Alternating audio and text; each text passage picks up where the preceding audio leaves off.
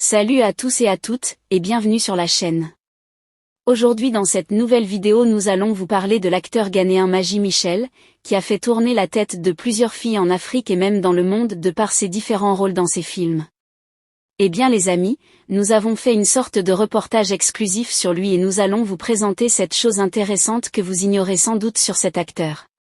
Surtout les vérités sur son décès, sa vie d'homme de Dieu, ses enfants, sa fortune et bien d'autres.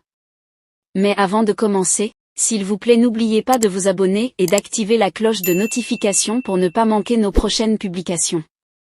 Maji Michel est né à Cantonment, une banlieue de la capitale ghanéenne, Accra. Fils d'un père libanais et d'une mère ghanéenne, il a grandi à Accra avec ses 9 frères et sœurs. Il a fréquenté l'école primaire Saint-Teresa, et plus tard l'école Mfantsipim School en l'Alma Mater de Van Vicker. À l'école secondaire, Michel était activement impliqué dans le théâtre et était membre du club de théâtre de l'école. En tant que membre du club de théâtre, il a reçu le prix du meilleur acteur lors d'une de leurs représentations le jour de l'émancipation à Cape Coast, au Ghana. Maji Michel est marié à Virna Michel et ils ont 3 enfants. Le 19 novembre 2015, il a révélé que sa femme depuis 10 ans était responsable de son succès. Et il ne fait référence qu'à Dieu avant elle. Il a renouvelé ses vœux de mariage la même année. Maji Michel est un chrétien né de nouveau.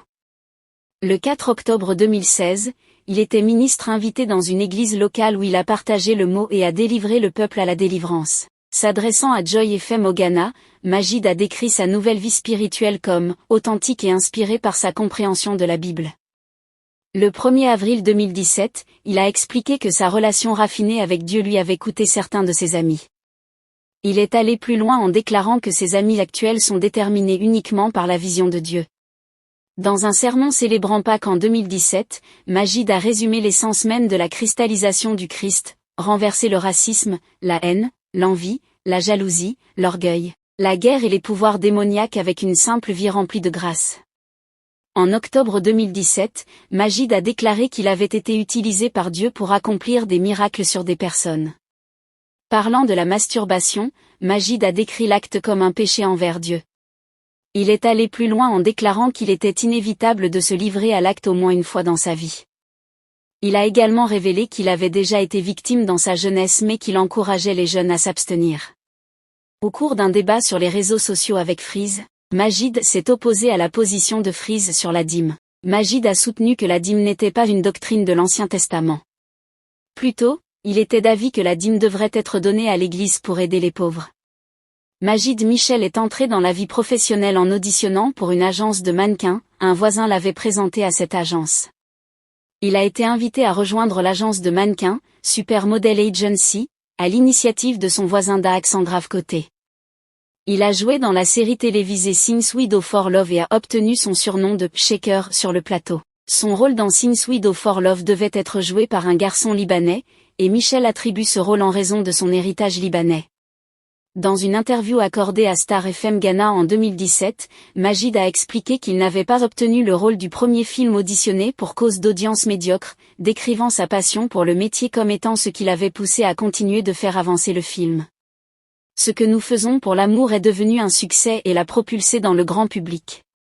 Fort de sa performance dans la série, il joue dans son premier film, Divine Love, en tant que premier rôle masculin, aux côtés de Jackie Egement en tant que principal rôle féminin, avec Van Vicker dans un second rôle. Tous les 3 ont utilisé leur rôle dans le film pour faire leur début dans la carrière. Divine Love a été un énorme succès, transformant Maji Michel, Jackie Egement et Van Vicker en noms connus du Ghana. En 2008, Michel a joué le rôle principal dans le film Agonie du Christ, qui a reçu cette nomination aux Africa Movie Academy Awards en 2009. En octobre 2017, Maji a révélé qu'il gagnait au moins 15 000 $ américains pour un rôle dans un film. Il a également révélé qu'il avait gagné jusqu'à 35 000 $ pour jouer dans un film. En 2016, Maji a expliqué que, même s'il jouait principalement dans des rôles romantiques, il n'avait jamais eu de relation sexuelle avec une actrice. En octobre 2017, Maji a expliqué lors d'une interview à la radio qu'en raison de ses convictions religieuses, il n'accepterait plus de jouer un personnage qui l'obligerait à s'embrasser sur le plateau. Maji Michel est l'un des acteurs ghanéens qui est entré dans l'industrie cinématographique à l'époque où Frank Raja Haraz a signé un contrat avec le Ghanéen Abdul Salam Mumuni devenu film. Le contrat impliquait essentiellement d'introduire des acteurs ghanéens dans l'industrie du film grand public de Nollywood et de leur conférer un pouvoir vedette comparable à celui d'acteurs nigérians.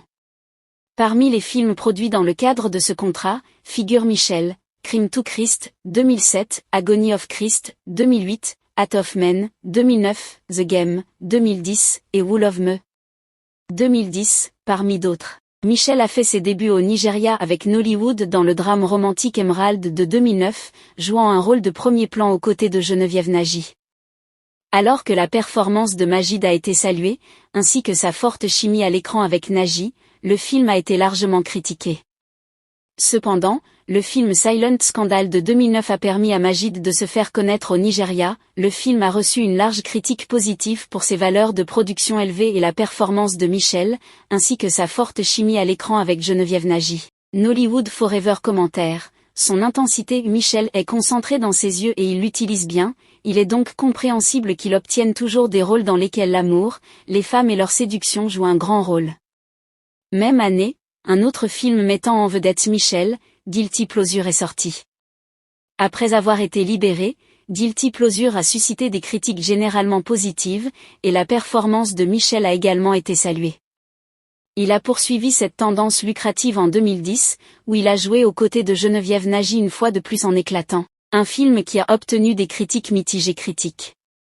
Michel a été assez franc dans les médias quand il a commencé sa carrière au Nigeria. Dans une interview, il a avoué que lors de sa première rencontre avec Geneviève, tout était immobile, il était si frappé dans les étoiles qu'il lui proposa de porter son sac et d'être son assistant personnel. Dans une autre interview, il a déclaré que Geneviève Nagy était la meilleure qui sert dans l'industrie du film. Il a également déclaré dans une interview que Geneviève lui avait enseigné comment agir et avait également laissé entendre, dans une autre interview, que le Ghana n'avait pas d'industrie du film. Tous ces facteurs, ainsi que les rôles explicites qu'il a joués dans des films, lui ont valu des controverses qui l'entouraient toujours au début de sa carrière. Fin 2010, il a été rapporté que l'acteur prenait une pause du Nigeria après avoir reçu des menaces de mort soi-disant de ses collègues nigérians, qui pensaient qu'il occupait trop d'emplois.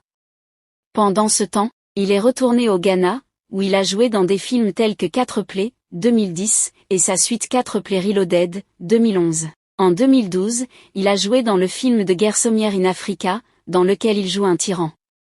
Bien que le film n'ait pas été très critique, la distribution des rôles de Michel lui valut un grand succès et il remporta pour la première fois un Africa Movie Academy Award. Cela a relancé sa carrière une nouvelle fois au Nigeria, où il s'est depuis imposé comme une star et a été présenté dans les principaux films nigérians. En 2014, il a participé aux 30 jours mémorables à Atlanta pour lesquels il a été classé par la coalition des cinémas nigérians au Nigeria comme l'un des plus gros grossistes du box-office de 2014.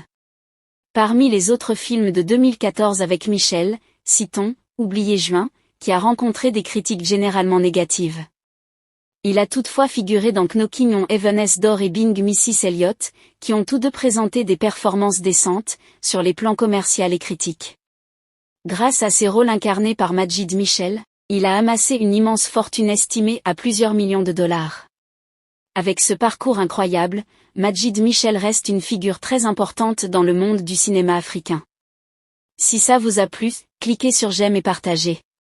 Mais n'oubliez pas de vous abonner et de cliquer sur la cloche de notification pour ne pas rater mes prochaines vidéos.